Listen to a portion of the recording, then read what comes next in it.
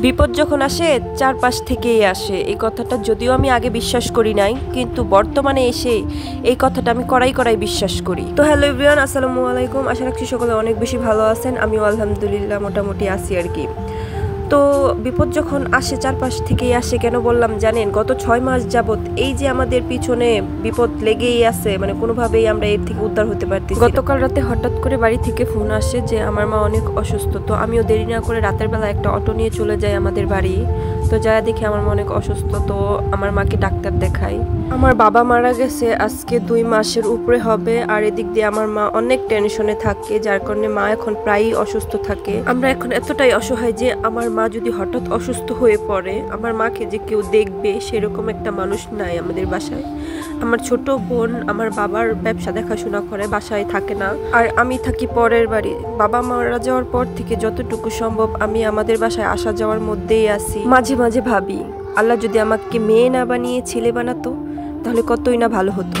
আমার মায়ের কোনো টেনশন থাকতো না। বড় ছেলে হিসেবে আমি আমার মায়ের সংসারের সকল দায়িত্ব কর্তব্য পালন করতাম। কি আর করব, মেয়ে হয়ে জন্মাইছি, বিয়ে হয়ে গেছে, নিজের একটা সংসার আছে। গতকাল রাতে মা অসুস্থ, সাথে সাথে চলে গেছি, আর হতে না হতে আবার চলে আসছি শ্বশুর বাড়িতে।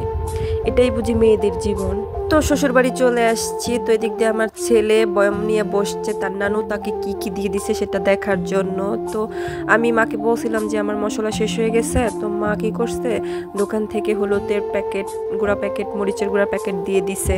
তো বাসায় আসার পরে বাসায় তেমন বাজার ছিল না, তো আয়েশের বাবাকে বলছিলাম যে তুমি বাজার করে নিয়ে আসো, যেই কথা সেই কাজ। আয়েশের বাবা বাজার করে নিয়ে আসছে, আর বাজারের মধ্যে ছিল সেটা হচ্ছে চিকেন, মুরগির মানে কক মুরগিগুলো আছে না, ওইগুলো নিয়ে আসছিল বেশি করে। তো ওই যে কাটার পরে ডিম বের হয়েছে ওটাই ভাবি দেখাইতেছিল। তো এই মুরগিটা বাসা অনেক বেশি কষ্ট হয়ে গেছিলো আমার পক্ষে, এত বেশি শক্ত ছিল যে আমার 3 থেকে 4 বার পানি গরম করা লাগছে, একদম ফুটন্ত পানি গরম করা লাগছে, তারপরেও যেন পরিষ্কার হয় না।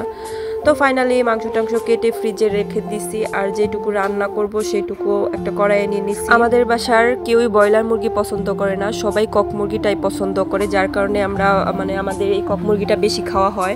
আর এই মুরগিটা যদি সুন্দরভাবে রান্না করা হয় তাহলে কিন্তু এই মুরগির মাংসটা গরুর মাংসকেও ফেল করায় দিবে। আজকে এই মুরগিটা আনার পরে কেটে বেছে ধুয়ে পরিষ্কার করতে করতে প্রায় 2-2.5 ঘন্টা লেগে গিয়েছে, যার কারণে দুপুর প্রায় গড়িয়ে গেছে। এদিক দিয়ে দুপুরের খাওয়ার সময় হয়ে যাচ্ছে। আর আজকে আমি এই তরকারিটা মাখায় বসাবো, সেই কারণে সব মশলা টশলা দিয়ে সুন্দরভাবে মাখিয়ে নিয়েছি। আর এই মাখানোর পরে আমি ঠিক 15 মিনিট পরে তরকারিটা চুলায় বসাবো, এতে করে মুরগির যে এক্সট্রা বাজে একটা স্মেল সেটা আর থাকবে না। তো বাসা থেকে আসার সময় মা পেঁপে দিয়ে দিছিল, পাকা পেঁপে, আর সেগুলোই কেটে নিছি। দুপুর গড়িয়ে গেছে, একটু একটু খিদাও পাচ্ছিল, তো সেই জন্য একটু পাবদা খেয়ে নিছি। পাবদাটা আমাদের বাসার ছিল, যার কারণে খাইতেও মোটামুটি অনেকটাই মিষ্টি ছিল। তো যাই হোক, পরবর্তীতে আমি তরকারি বসা দিছি। এদিক দিয়ে প্রায় আমার তরকারি প্রায় হওয়ার পথে। এই যে দেখেন তরকারি কালারটা কত সুন্দর আসছে। আর এই মুরগিতে না তেলের পরিমাণটা একটু বেশি থাকে, যার কারণে রান্না করার পরে অনেক সুন্দর একটা কালার আসে, আর এটা খাইতেও কিন্তু অনেক মজা লাগে। তো মোটামুটি দুপুরের রান্না কমপ্লিট, সবকিছু রান্না করে ফেলছি। এদিক দিয়ে আমিও গোসল করে চলে আসছি। তো ফার্স্টে আমি আয়াসের বাবাকে খাবার দিয়ে দিছি। আয়াসের বাবা খাওয়ার পরে আমি অবশ্যই পড়ছি খাওয়ার জন্য। আমি খাবারটা বাইরে নিয়ে আসছি, আমার ছেলে খায় নাই, সে বাইরে সাইকেল চালাইতেছে। তো কি আর করব, এখন ওর পিছনে দৌড় পাড়তে হবে, আর ওকে খাওয়াতে হবে, প্লাস আমিও একটু খেয়ে নিব, যেহেতু দুপুর অনেক বেশি হয়ে গেছে আর খিদেটা অনেক বেশি লেগে গেছে। তো আজকের ভিডিওটা এ পর্যন্তই। সবাই ভালো থাকবেন, আল্লাহ হাফেজ।